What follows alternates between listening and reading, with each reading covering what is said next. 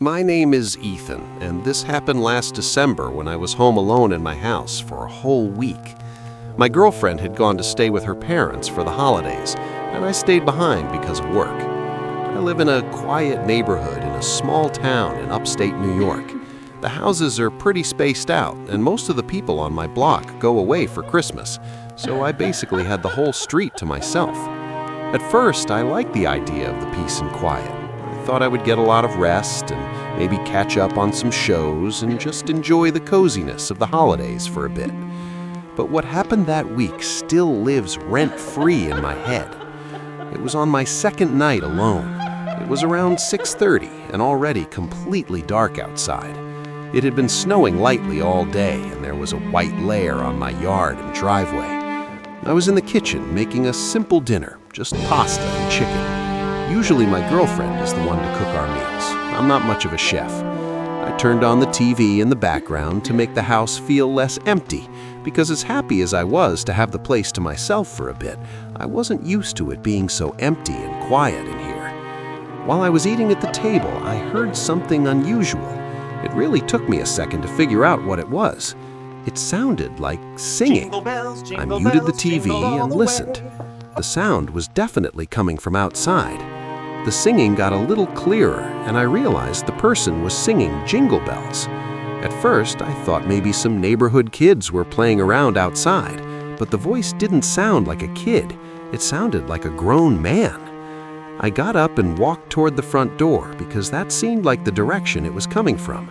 The closer I got, the louder it got. By the time I reached the door, it sounded like the singing was coming from right on my front stoop. I felt a weird feeling in my stomach, but at that moment, I still thought maybe it was just a caroler. I opened the door, and standing in the glow of my porch light was a man around 35 years old. He wore no hat, and his coat looked too thin for the weather. But the strangest thing was that he was completely focused on singing Jingle Bells, staring down at my welcome mat like he wasn't even aware I opened the door. I remember forcing a little smile because I didn't really know what else to do. I'd never gotten Christmas carolers before. But even still, I never heard of a grown man doing it solo. It's supposed to be a group thing from what I know. He didn't look dangerous. He actually just looked sort of confused, or maybe slow. I even wondered if he was special needs or something because he didn't react to me being there. He just kept singing. When he finished the song, I expected him to say something, or at least leave, but he just took a breath and started singing Jingle Bells all over again from the beginning in the same slow, off-key tone. But now he was looking up at me, making direct eye contact. I felt my smile drop because it was just weird. Now I stood there another minute pretending to listen, even though it felt uncomfortable. I kept thinking he would stop after the second run, but he didn't. He just looped the song. I checked my phone and realized almost 4 minutes had passed while he sang Jingle Bells over and over. Finally, I decided it was enough. I told him thank you in a polite tone, and I slowly closed the door. I thought that would send him on his way, but once the door was closed, I still heard the singing. It continued without even slowing down. I walked back to the table and sat down, trying to ignore it, but the longer it went on, the harder it was to ignore. The man didn't seem normal, and it bothered me that he was still right outside my door singing the same song.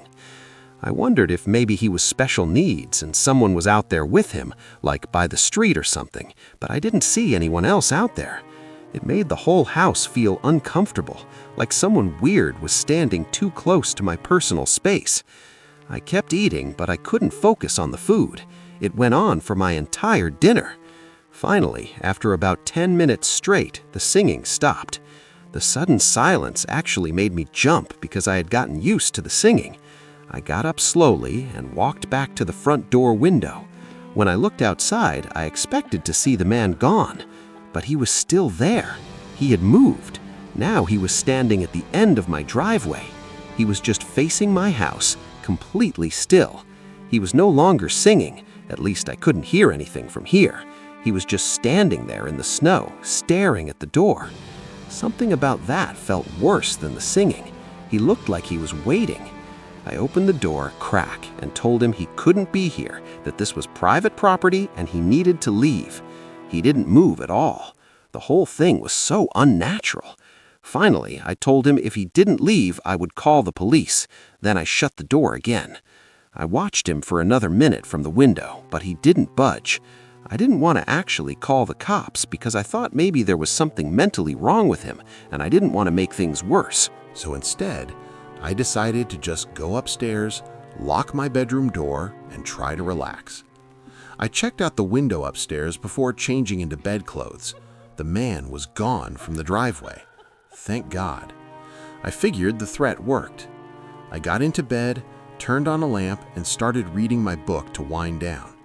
Maybe 20 minutes went by when I heard something from behind the house. I knew instantly what it was. Unfortunately, it was the same man singing Jingle Bells again, except now it was coming from my backyard. I jumped out of bed and went to the back window. When I looked down, not only was he directly inside of my backyard, he was already looking up at my window. The man was in my backyard, standing in the snow directly below my bedroom window. He was looking straight up at me while he sang. I slid open the window and yelled at him that I was calling the police. The singing stopped instantly. He stood there in total silence for about 3 seconds.